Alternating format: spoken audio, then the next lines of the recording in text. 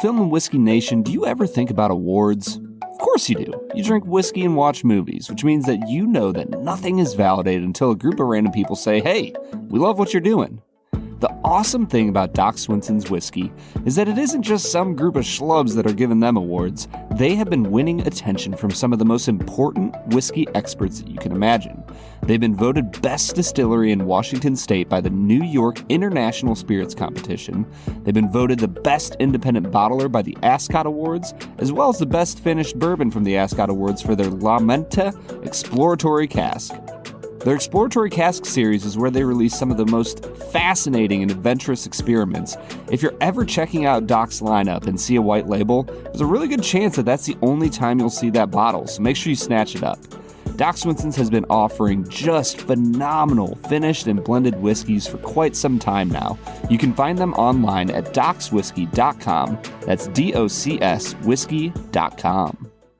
Hey everybody, welcome into the Film and Whiskey Podcast. I'm Bob Book, and I am flying solo today on another special bonus episode that Brad is not here for.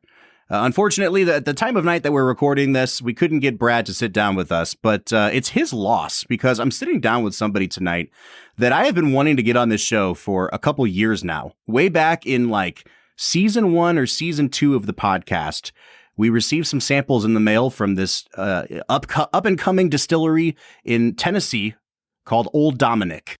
We tried their Huling Station bourbon, and we tried their Memphis Toddy cordial, and they were both so freaking good that I immediately reached back out and said, do you have anything else you can send us? And, you know, we got a wheat whiskey after that, and so we've been following Old Dominick really closely for a while now, and they have some big announcements and some big things that are coming down the pike now. And so we are lucky enough to be sitting down with master distiller Alex Castle. Alex, thank you so much for joining us tonight. Oh, thank you so much for having me. I don't think I realized that you guys have been following us and tasting our stuff for so long. That is absolutely fantastic. It's one of those things, you know, I don't know if you have this with like celebrities or like people who you look up to in your own circles, but we have a few people on Instagram that I've been following like since the beginning of the podcast, and whether they know it or not, they were like in my first 100 follows on Instagram, and I think you were one of those. And so I'm just like, every time I get on Instagram, like your pictures pop up early in the feed, and so I'm just like, I know what's going on with Alex. One of these days we're gonna sit down and talk, because that's my people right there. I love it. All right, let's go ahead and just jump right in here. You're sitting down with us tonight because the distillery has a pretty big announcement, and that is that you are finally releasing your own distillate, and it's called a straight Tennessee whiskey. I cannot wait to talk more about this, but can you give us some background? And I guess I've kind of stolen your thunder with this announcement a little bit, but I'll let you wheel it out from here on out. Yeah, so the whole concept of Old Dominick started back in 2013, 2014, but we didn't get to start our actual whiskey production until December 2016, filled our first barrels in February 2017. So we've been waiting very patiently for our whiskey to come of age, so to speak. And I made my owners very aware that I wasn't going to dump any barrels until they were at least 4 years old. So they've been sitting on their hands for that amount of time. It's easier said than done. And then the pandemic and other things kind of stretched it out. So we ended up waiting until year 5, basically, or I guess 5.5. And those first barrels were our Tennessee whiskey. This is the first whiskey to be start to finish, so grain to bottle, produced, distilled, aged, everything in Memphis since at least Prohibition. So it's a huge milestone, not just for Old Dominick, but also for Memphis. And we're so excited to be able to add to the growing Tennessee whiskey category, because it's not a very big one at all. And ours is a mash bill of 75% corn, 13% rye, and 12% malted barley. So you're going to get some really great sweet notes from the corn, but there's just enough rye to kind of offset it a little bit, and you do get some rye spice.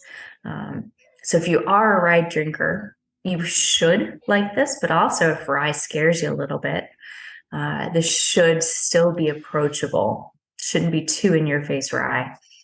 And we actually did 2 releases. We have our, as you called it, the straight Tennessee whiskey. That is our kind of our everyday drinker. You're going to be able to find it all the time. And it's 85 proof.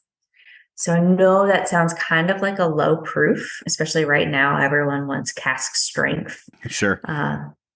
But we found through months of taste tests that the 85 proof is where this whiskey it sang. And I think why it sings at that proof is because we go into the barrel at 110 proof, so kind of low proof. But our wonderful Memphis humidity that most of us complain about all year actually is amazing for whiskey. And so our barrels are coming out between 115 and 120 proof. So we're gaining in those 4 to 5 years, we're gaining a lot of alcohol content. So it's giving some amazing body and depth to these barrels so that even when you proof all the way down to 85, it still has so much character and so much flavor. But at that lower proof, it's still very, very approachable and easy to sip. That's so exciting. I'm sorry to interrupt you. Please keep going. No. I'm just over here like giddy about trying this. So the other product we released, it's also Tennessee whiskey. And it's a very exciting one for us. Not a lot of distilleries get to release bottled and bond products. There's a whole list of things you have to check off to be able to put that on your bottle. And the fact that we're able to put that on the bottle with our first release is incredibly exciting. So Bottle and Bond is a federally regulated designation for whiskey. And it was created to help the consumer know that you were getting good whiskey. Way back in the day, people were putting a bunch of junk in their whiskeys to kind of, I guess, extend their volume. But if it said Bottle and Bond, you knew you were getting quality product. And that meant you were getting whiskey from a single distillery in a single production season. And we define that January to June, July to December. And it was produced by one distiller, aged for at least 4 years, and it's bottled at 100 proof. So you have to check all those boxes to be able to put this on your bottle. And we can do that. And so we released 2 batches of Bottle and Bond from 2 different production seasons. They're about a year apart. So radically different ages and radically different profiles, both phenomenal, but so much fun to put out there. So I want to talk a little bit about the differences between these new products and your Huling Station line, because I mean, that's what made me fall in love with the distillery. And, and you guys are very transparent about the fact that was a sourced product. And I guess what I'm wondering at this point is, when you get brought on as master distiller and the product that you're selling at that point is sourced product, but you guys are making a name for yourselves as a producer and as a distillery that is like starting to distill. Does it increase your anxiety level any that what you're starting to become known for is something that somebody else made? And there's like, I don't know, what's it like to walk that line between I want to be consistent to what people have come to know us for, but I also got hired because they trust my palate and I might want to go in a different direction with this? There is definitely some anxiety and nerves associated with it. First, I'm incredibly proud of the Huling Station line. It wasn't just contract or sourced whiskey, it was contract distilled. So that is actually still our proprietary mash bills, our yeast, our barrels. So it's still very much what we wanted. And NGP does an amazing job. Okay. You're never going to complain about anything that comes out of that distillery. Right. And so I love that product. I've been able to, in my own way, make it my own. But I was super excited to be able to come to Tennessee and start making my own whiskey. And knowing the reputation that Huling has now, releasing our whiskey, our Tennessee on November 1st was terrifying because it's so much younger. It's radically different. The mash bills couldn't be farther apart from each other. I absolutely was worried that people would just automatically want to compare it to Huling. Sure. And that they wouldn't necessarily hold up because of how different they are. Fortunately, that hasn't been the situation so far. Of course, the whiskey's only been out for, I don't know, about 2.5 weeks. So we'll see what happens in 6 months. But it's a balancing act, and it's definitely a nerve-wracking game of going from a sourced product or a contract distilled product to your very own. Yeah, but at the same time, I really respect the decision on the part of Old Dominick to not release this new product as Huling Station. Like, to respect what Huling Station is and was. And like you said, different mash bill, so it would be wildly different to pick up a bottle of Huling now. But I really like that it's almost like, I don't want to call it closing a chapter, but, you know, this is what you guys were known for. And now this new thing is going to be what you're known for. And it may be a different mash bill, but it still very much has the character and the spirit of what Old Dominick has come to represent. That's good to hear. Yeah, we wanted them to really have their own, basically, brand identities. So when Huling first came out, there actually was Old Dominick on the label. And if you look at a bottle now, Old Dominick is no longer on the front label. And we did that in preparation for this whiskey release. We wanted consumers to be able to kind of separate them, you know, hopefully still maybe connect the dots a little bit, know that we're putting out both, but to also signify, don't compare them. Don't assume one is like the other. We want them to be their own completely unique products. All right, I'm gonna put us on a timer here because I've got a ton of stuff to get through on the movies front. But before we segue into that, I want you really quickly to tell a story that I was reading in my research for you about the time where you were working at Alltech, or Town Branch as it's come to be known now, the distillery portion of Alltech, when you were either in college or just after college, I believe, and you got put in charge of distilling with about a 5-minute crash course to prepare you for it. So can you share a little bit about that experience? Yeah, absolutely. So I took a co-op, basically a paid internship at Alltech in Lexington, Kentucky, in college because they had a small brewery. It's called Kentucky Ale, not knowing they were actually adding a distillery to it at the time. And so about 3 months into it, they added the pot stills. My boss knew my interest in it. And so a couple weeks in after they've commissioned the stills, he asked me if I want to observe a distillation. I said, absolutely. Get out of the office. Let's do this. So I meet him at the brewery distillery and get there. And the first thing he says to me is, I am so sorry. I forgot I have to take the boys to the dentist. So I have to go. So I immediately deflate thinking, oh, crap, now I have to go back to the office. Wonderful. And instead, and this is so typical of my bosses at times, this is how he worked. Instead of just sending me back to the office, he ran through the entire process in about 5 minutes, said, you're good to go. If there's a problem, by all means, turn them off. But here you go. And then he left. And so on that day when I was supposed to be observing, actually ran my first whiskey distillation.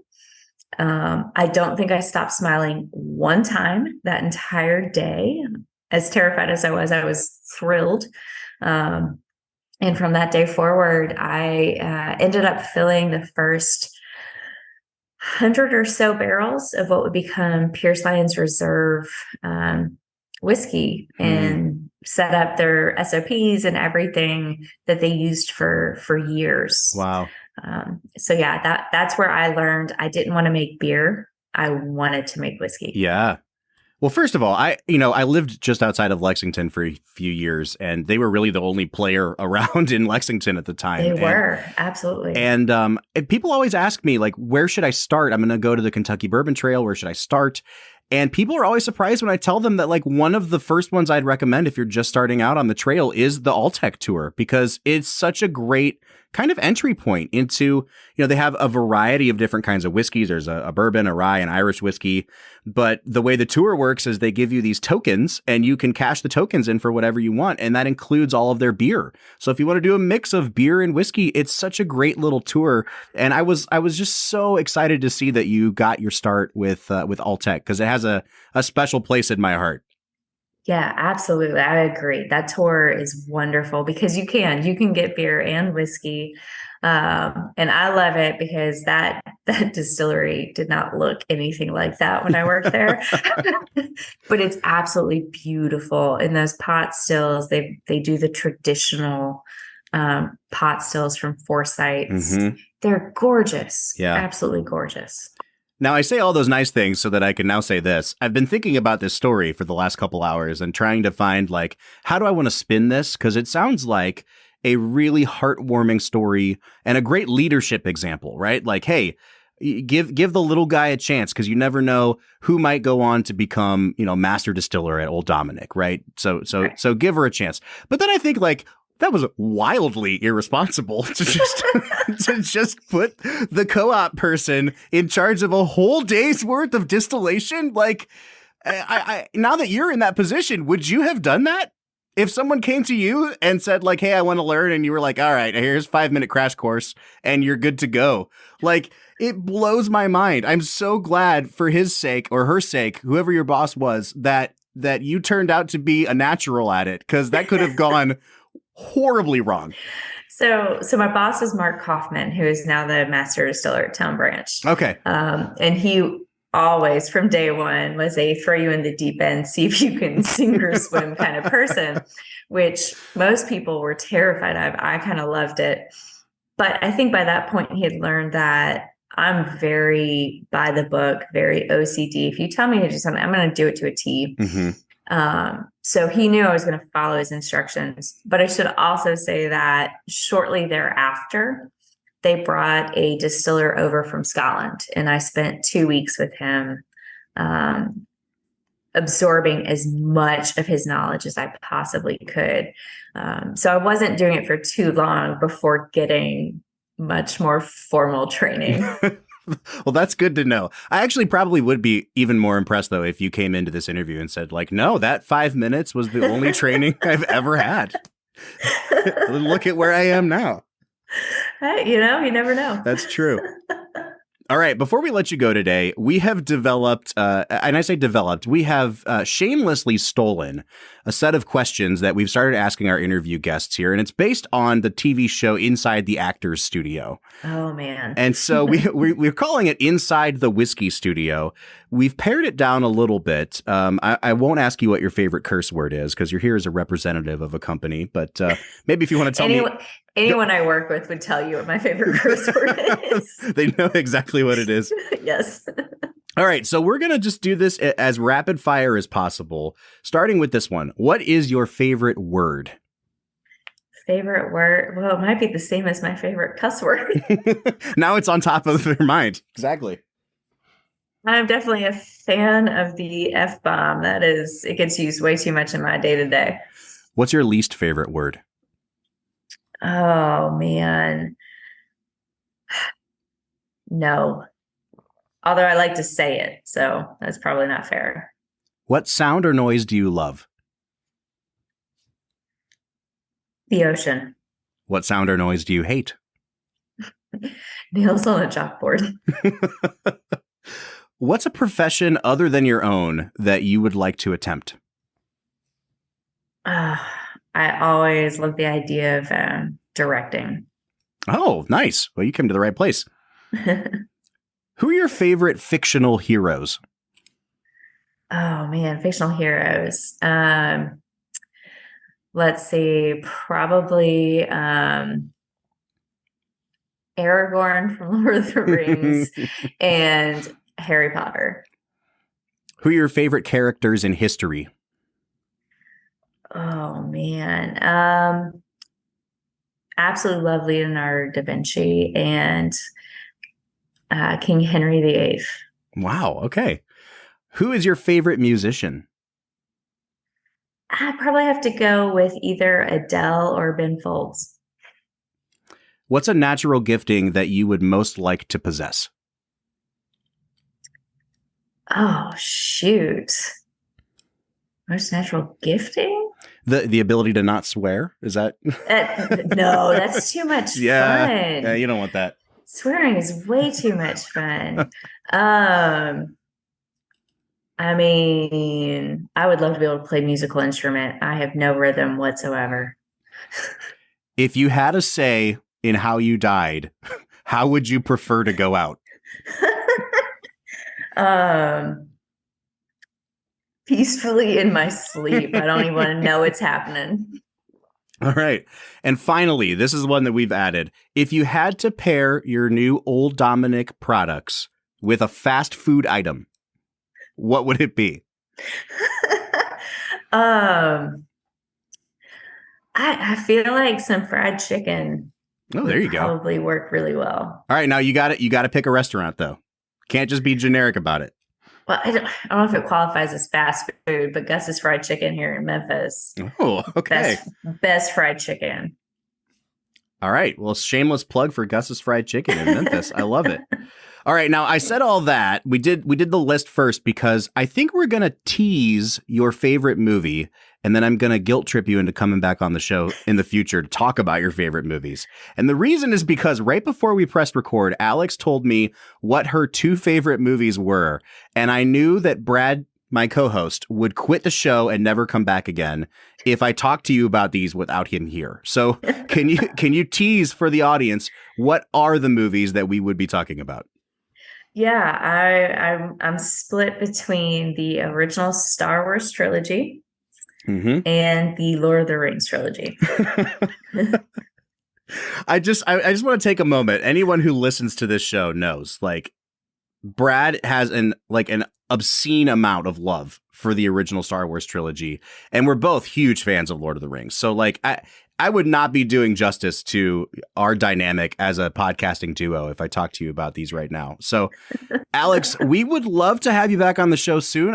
Honestly, we'd love to do a tasting of these new products. Maybe get you Absolutely. on, and we'll try a couple of these and dive into Lord of the Rings and your love for Aragorn. What do you say? Let's do it. All right, everybody. This has been Alex Castle, master distiller at one of our favorite distilleries, Old Dominick in Memphis, Tennessee. Alex, thank you so much for your time today. Thank you so much for having me. All right, everybody. We will be back on Monday with another regularly scheduled episode. But until then, I'm Bob Book, and we'll see you next time.